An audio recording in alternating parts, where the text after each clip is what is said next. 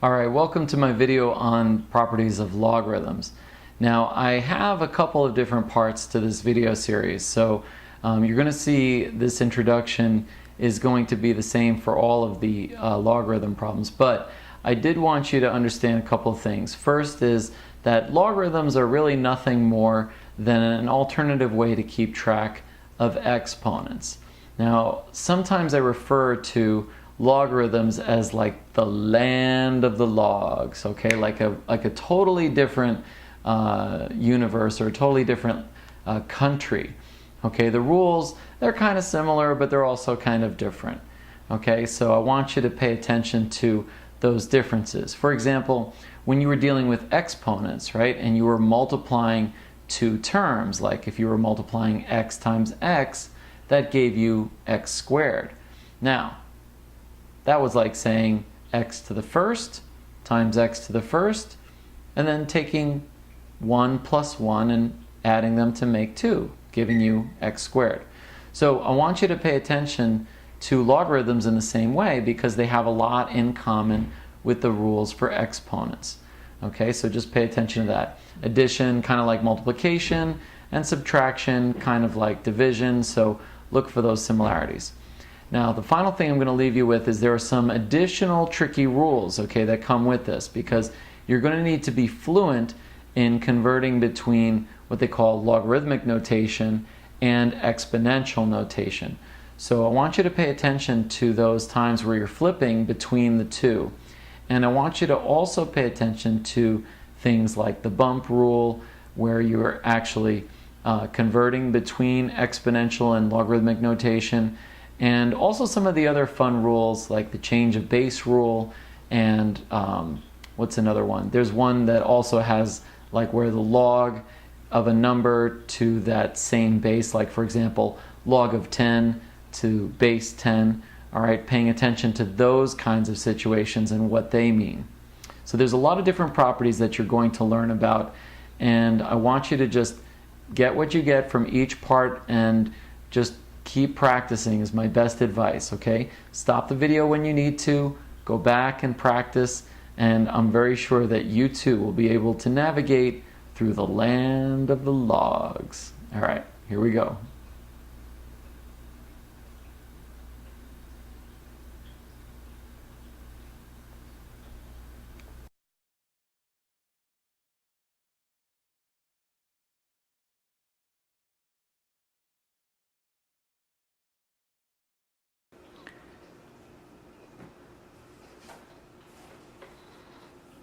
Hello everybody, we're going to now show you part 2 on the series of properties with logs. Get excited, we're about to do some fun stuff here. First is we're going to evaluate an expression, and we're going to use a very slick trick called the change of base rule. And basically the way that the change of base rule works is when you're given two numbers here like this, where you have an unusual base number, right? You don't have 10 as your normal log to the base of 10, right? You have log to the base of 5. If you want to evaluate this, what you can do is you can change it to log of 10. You can say log of 125 to the base 10 over log to the base 10 of 5. This is a totally legitimate move. So this is the change of base rule. We're changing the base from 5 to 10, and I picked 10 because guess what? That's what my calculator understands. So I like picking base 10. So if I want to evaluate this, what I do is I type in log of 125 divided by log of 5, and without even too much effort, I get my final answer is simple, 3. Alright, let's apply the change of base rule over here to this situation and see what happens. This time we've got log to the base of 64, and we're taking the log base 64 of 4. So to apply the change of base rule, what we're going to do is we're going to take the log to the base 10 of 4, divide that by the log to the base 10 of 64. And again, using my calculator, I'm going to do the same thing. I'm going to take the log of 4, and I'm going to divide by the log of 64. So anytime that you don't see a 10, the calculator assumes that you want base 10.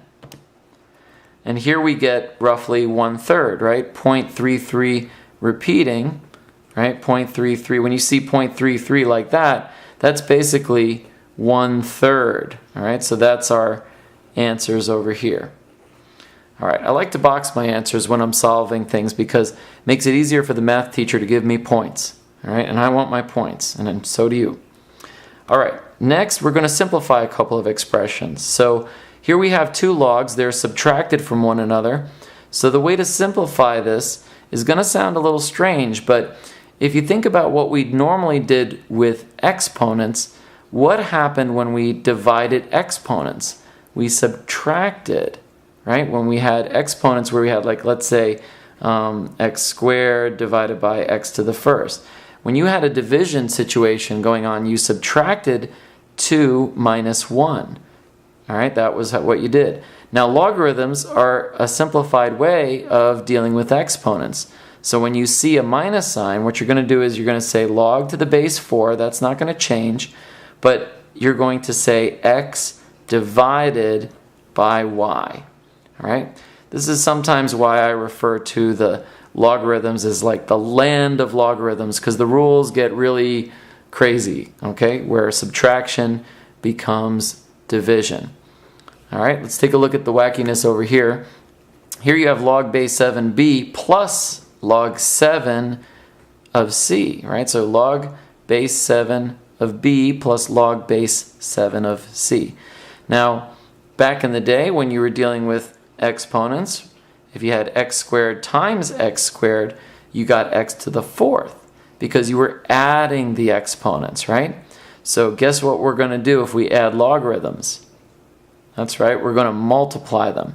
So we're going to take log to the base 7, and instead of writing log plus log, we're going to write b times c. Or you can even just write it as log to the base 7 of bc, right? Because the letters are multiplied by each other. So these are my two answers for the next two problems. All right, so that's simplifying expressions, basic properties of logs, just getting your feet wet. So there may be more problems you need to solve for your homework assignment. I'm just here to show you the basics.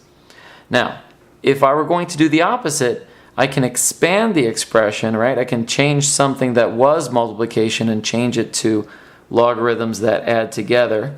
So I can say log to the base 6 plus log to the base 11. That's totally legit.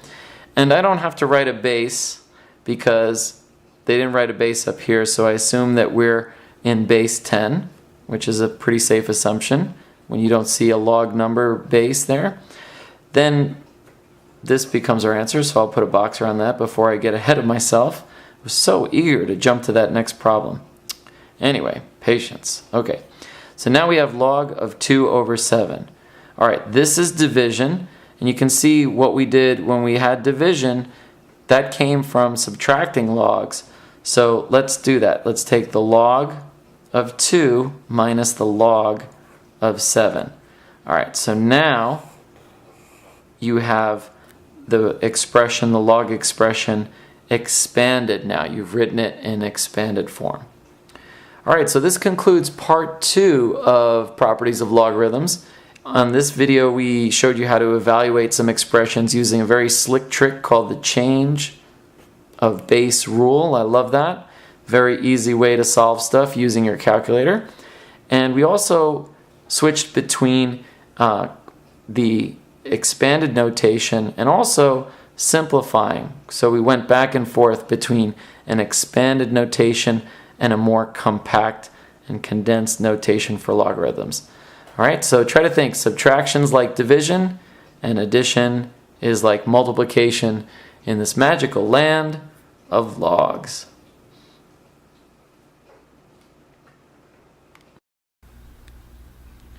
Okay, you just got done watching a video on the properties of logarithms, so hopefully your logarithm kung fu is a little bit stronger than it was before. And all I can emphasize at the end of these videos is practice. Practice, practice until you know it in a way that you don't even have to think about it, okay? A lot of these rules are not natural, okay? things like the change of base rule and the bump rule, and even simple operations that you'd think, oh, okay, I'm just going to add these logs together, and then it turns out, hey, why am I multiplying these things, right? So there's a lot of rules that are kind of like a little different with logarithms, and you really do need to practice them in order to get better. So be sure that you get really good at converting between logarithmic notation and exponential notation. Make sure that you're becoming familiar with all those special rules, right? The bump rule and those kinds of things. And then finally, just keep practicing, okay? You're not going to get better overnight. Just give yourself some slack, right? Give yourself some patience. Be patient with yourself, and then just practice. And I'm sure you're going to be good at this in no time. All right. Good luck, and if you need more help, watch another video.